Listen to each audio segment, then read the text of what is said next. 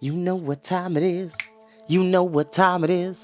You know what time it is. Hey, you know what time it is. Woo! Get into it. Get into it. Yes! We are back, lovelies. We are back. We are back. I don't know.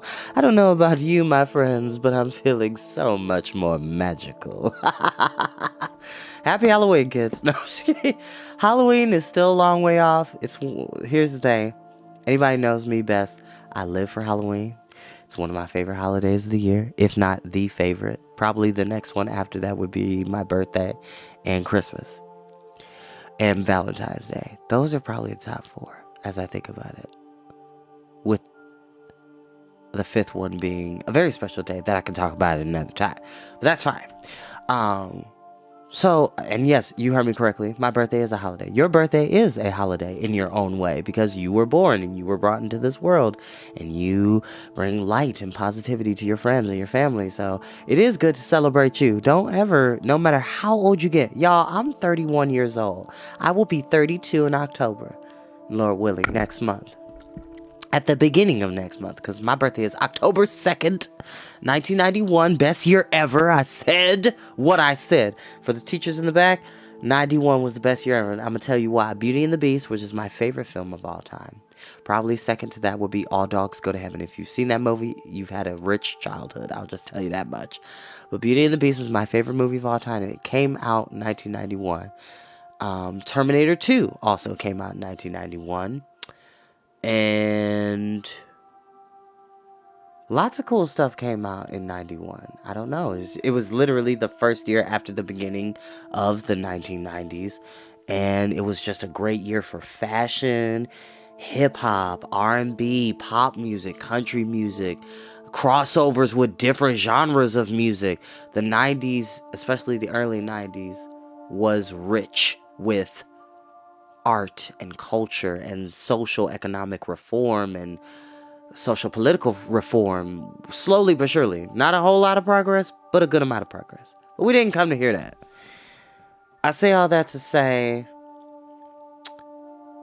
no matter how old you get, you should always celebrate yourself, and you should always celebrate things that you love and enjoy. Ooh, let me clean my glasses. Hold on. You know me, I need to clean my glasses in order to, see properly.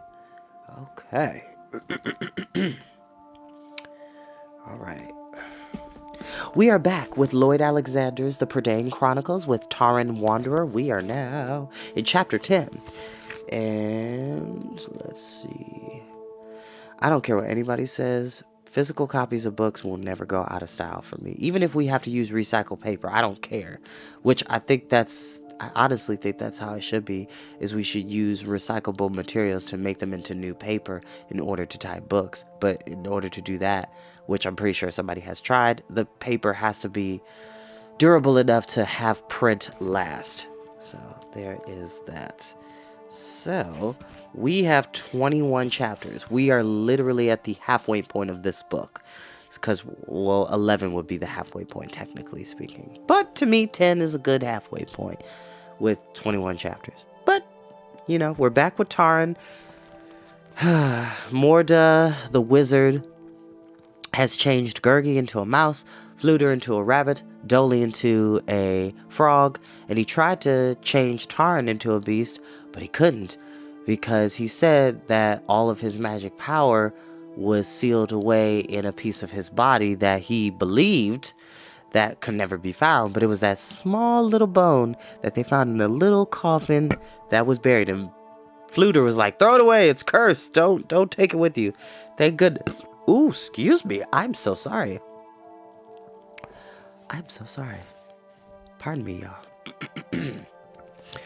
Fluter just was saying, don't take it. It's dangerous. It's cursed. We don't need it. Great Beeland, we don't need it. Now Taran is going to use it to his advantage, because if it holds all of his magical power, then in theory, he could use it to destroy him. However, he tried that, and the bone did break. So now we're about to find out what's going on, which, if you're listening to the music in the background, I don't own the rights to the music. This is brought to you by Mr. Ambiance yet again, bringing us wonderful ambient music for different films, movies, and TV shows. So, if you haven't already done so, like and share and subscribe to the YouTube channel. My link to that is within my bio on Instagram as well as Facebook. So, without further ado, we'll begin. Chapter 9, The Broken Spell. Oh, Mr. Bookmark. Shame on you.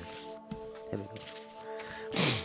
The polished splinter was unyielding as iron, teeth clenched and muscles trembling with his effort.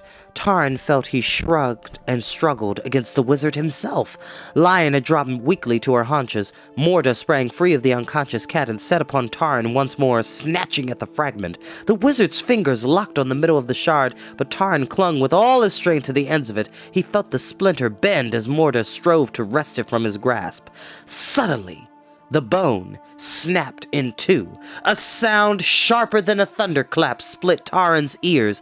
With a horrible scream that stabbed through the chamber, Morda toppled backward, stiffened, clawed the air, then fell to the ground like a pile of broken twigs.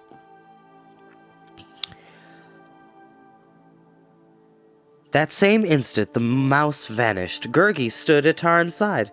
"Kind Master saves us!" he yelled, flinging his arms about Taran. Yes, Gurgi is Gurgi again. No more a mouse with shriekings and squeakings." In Taran's hand, the sundered bone had turned to gray dust, which he cast aside. Too exhausted and bewildered to speak, he could only pat Gurgi fondly and gratefully. Lion, her deep chest heaving, climbed to her feet near Morda's broken, lifeless form. Her tawny fur still bristled furiously, and her long tail looked twice its thickness. As Gurgi hastened to unloose Caw, who jabbered at the top of his voice and beat his wings excitedly against the cage, Lion's golden eyes darted about the chamber, and from her throat rose an anxious, questioning trill. "Great Beelern!" came Fluter's voice. "I'm trapped as badly as before!"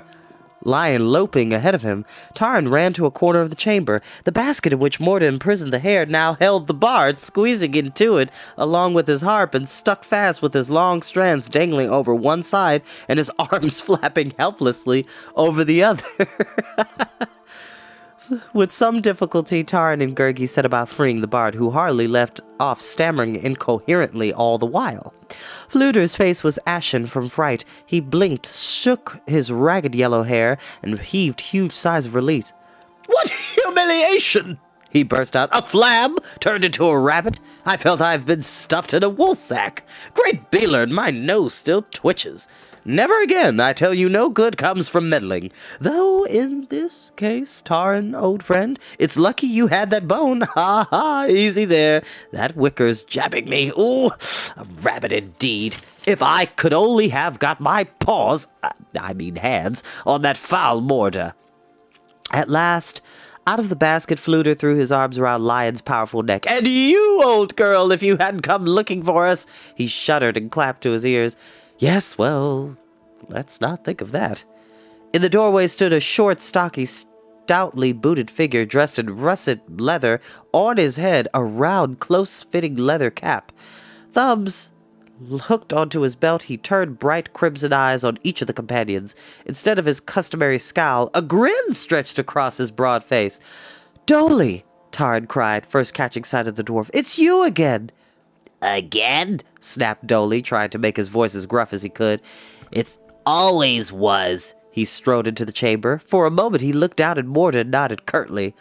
"So that's the way of it," he said to Taran. "I thought as much. One moment I was a frog wrapped in a sopping wet cloak, sure all of you had been slain, and the next, as you see me.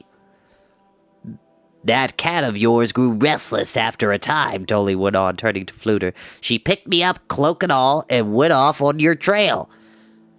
"She won't let me out of her sight," replied Fluter, "for which," he added fondly, rubbing Lion's ears, "we've all to thank her." "But how did she get through the thorns?" Taran asked. "Morda's traps—" "Through?" answered Dolly. "She didn't go through. She went over." He shook his head. "In one bound, with me in her mouth. I've never seen a creature jump so high. On the other hand, I've never seen a creature like this. But what of the rest of you? What of Morda?" If you don't mind, Fluter interrupted before Taran could finish telling the dwarf of their ordeal, I suggest leaving here immediately. A flam is steadfast, but there's something about enchantments, even broken ones, that tends to, disturb me. Wait, cried Taran, the jewel, where is it? As Dolly watched puzzled, the companions hastily set about searching every corner of the chamber to no avail. Taran's concern mounted, for he was reluctant to leave the gem unfound. However, when almost ready to admit the gem was hopelessly lost, he heard a raucous laugh above his head. Caw, perched on an oaken rafter, rocked back and forth, chuckling and squawking, delighted with himself. The jewel glittered in his beak. Hi, hi, shouted Fluter, alarmed. Give it up! Great Beetlerd, you'll have us all with paws and tails again. After much coaxing by Taran and indignant retorts by the bard, Caw flapped to Taran's shoulder and dropped the gem in his hand. Now it belongs to wise and kindly master, Gurgi exclaimed. Gurgi fears stone of wakings and blinkings, but not when kindly master holds it. Dolly peered at the gem as Taran held it up. So that's how Morta meant to enslave us. I should have guessed. This comes from the fair folk realm, he added. We always honored the house of Lear and gave the stone to Princess Regant as our wedding gift. She must have handed it down to her daughter, and when Angeron vanished, the jewel vanished with her. And now it comes to my hands, Taran said. Excuse me. He cupped the gem in his palm, watching the ball of light in the depths of the crystal. Morta has turned a thing of usefulness and beauty to evil ends. Whether it may ever serve its true purpose again, I do not know. To speak truth, it draws me, and it frightens me, too.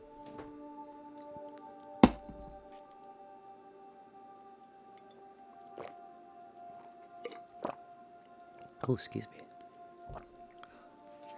I was thirsty. My throat was dry.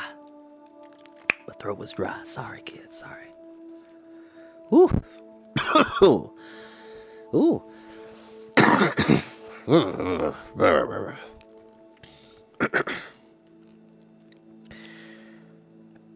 Its power is vast. Excuse me. Too vast, perhaps for any man to hold. Even if I could learn its secrets, I would not choose to do so. He smiled at Gurgi. Do you call me wise? At least I'm wise enough to know that I'll never have wisdom enough to use it. Still, it may serve one purpose, Taran went on. With this to bargain, Ordu will surely tell me who I am. Yes, he cried. This is a treasure she won't refuse. He stopped abruptly and paused a long moment. In his grasp lay means to gain the knowledge he craved, but his heart sank. Though he had won the gem fairly, never could he claim to be its rightful owner. It was his to bargain with no more than it had been Morta's. If Ordu accepted it, if he should learn he was of noble birth, was a royal robe enough to hide a dishonorable deed? He looked at Dolly. The gem is mine, Taran said, but only mine to give, not mine to keep. Slowly he pressed the jewel into Dolly's hand. Take this. It belonged once to the fair folk. It belongs to them once more. The dwarf's usual scowl softened. You've done us a service, he answered. Very likely the greatest service any of you mortals have done for the fair folk. With your help, Morta could have destroyed us all. Yes, the gem must return to our realm. It's too dangerous in other hands. You chose well. King Idalag will ever remember you for this. You have his thanks, and mine. Dolly nodded with satisfaction and tucked the stone carefully into his jacket. It's made a long journey. At last, it comes back to us. Yes, yes, yes, shouted Gurgi. Take it for keepings. If kindly master will not have it, then Gurgi wants to see no more of wicked stone. Away with it, away! Do not let it turn faithful Gurgi into a mouse again. Taran, with a fond laugh, put a hand on Gurgi's shoulder. Morta couldn't have changed what you truly are any more than he could have changed Dolly. Mouse though you might have seemed, you still have the heart of a lion. But what of me, he murmured thoughtfully. As a caged eagle, as a blind worm, could I indeed have stayed myself? Would I still have been Taran? Oh, excuse me. Would I scarcely know who Taran is? The sun had begun to climb, promising a day blue and fresh, when the companions left the wizard's fastness. The wall of thorns had fallen, shattered like the evil power that raised it, and the companions breached it without difficulty. The untethered Melonlass and Gurky's pony, but it was not until they had gone a considerable distance that Fluter agreed to halt and rest. Even then the bard appeared uncomfortable, and while Gurky opened the wallet of food, Fluter sat distractedly on a hammock, meditatively fingering his ears, as though to make certain that they were indeed his own. "Rabbits!" the bard murmured. "I'll never chase another." Taran sat apart with Dolly, for there was much he had to tell and much he wanted to ask. Though Dolly had regained his long frown and short patience, the occasional flicker of a grin betrayed his delight at seeing the companions yet again. Yet, learning of Taran's quest, Dolly scowled more deeply than usual. "The free Comotes," said the dwarf. "We're on the best of terms with the Comote folk. They respect us and we respect them. You'll not find many in Prydain to match their stout hearts and goodwill, and no man lords it over his fellows because he had the luck to be born in a king's castle instead of a farmer's hut. What matters in the free Comotes is the skill in a man's hands, not the blood in his veins, but I can tell you no more than that, for if we had few dealings with them. Oh, we keep a waypost up and here and there, just in case they might need our help, but it seldom happens. The Comote folk would rather count on themselves, and they do quite well at it. So we're more than pleased, for our own sake as well as theirs, for if we have burdened enough keeping an eye on the rest of Prydain." "As for the mirror you spoke of," Dolly continued, "never heard of it. There's a lake of Lynette in the Law Garden Mountains. More than that I can't tell you, but what have you there?" The dwarf suddenly asked, noticing Taran's battle horn for the first time. "Where did you get that?" "Ilodwe gave it to me when I left Mona," Taran replied. "It was her pledge that we—" He sadly smiled. "How long ago it seems." He unslung the horn from his shoulder and handed it to Dolly. "That's fair folk craftsmanship," said the dwarf. "Can't mistake it." To Taran's surprise, Dolly squinted into one end and the other, and raised the horn into the sunlight as though trying to peer through the mouthpiece. As Taran watched puzzled, Dolly rapped the horn sharply with his knuckles and thumped it against his knee. "Empty," the dwarf grumbled. "All used up. No, hold on a moment." He pressed the bell of the horn against his ear and listened intently. "There's one left, no more than that." What?" cried Taran, more than ever perplexed at Dolly's words. "One call, what do you think?" snapped Dolly. Fluter and Gurgy had come closer, drawn by Dolly's odd behavior, and the dwarf turned to them.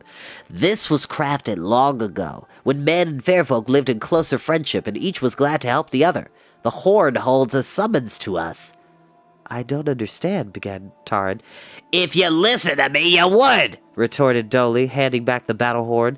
"And I mean listen hard." He pressed his lips and whistled 3 long notes of a pitch and sequence strange to Taran. "Hear that?"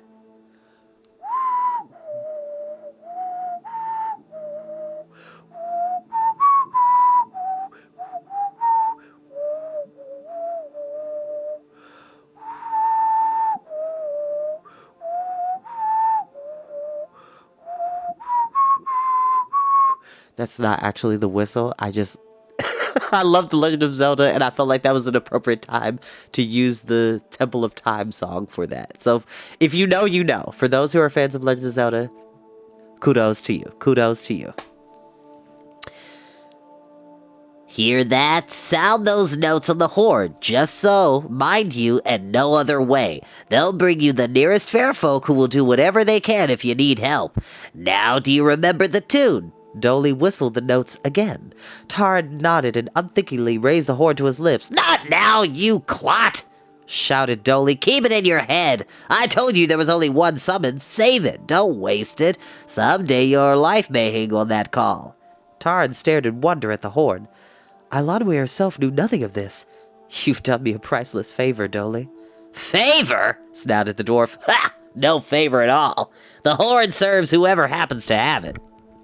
In this case, you. I've done nothing but show you how to gain a little more use from something already yours. Favor? It's only common courtesy, but guard it well. Squander it like a fool at the first whiff of danger, and you'll regret it when you are really in trouble." Fluter whispered to Taran. My counsel to you is trust your wits, your sword, and your legs. Enchantment is enchantment, and if you've been through what I've been through, you'd want no part of it. He frowned uneasily at the battle horn and turned away. I'll never be the same, that's sure, he murmured, nervously patting his ears. Great Beeler, they still feel twice as long as before.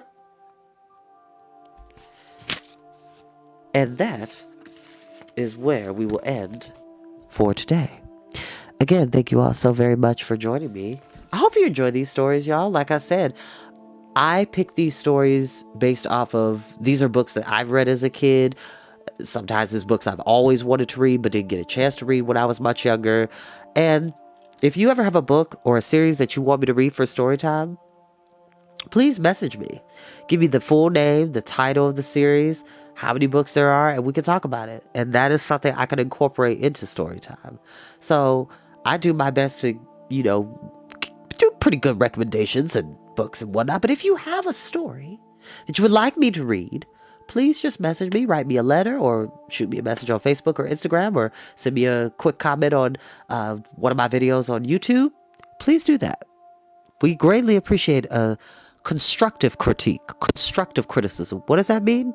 So constructive criticism is to describe a commentary about a person who you know does well in most parts of their job or their skill set or position. This is what you're good at. Here's what I need you to work on. That's constructive criticism, because you're not just harping on what is bad. When you're giving constructive criticism, you clarify and address the good and positive aspects of a person and their skill set or their abilities in a position or job or whatever they may be doing.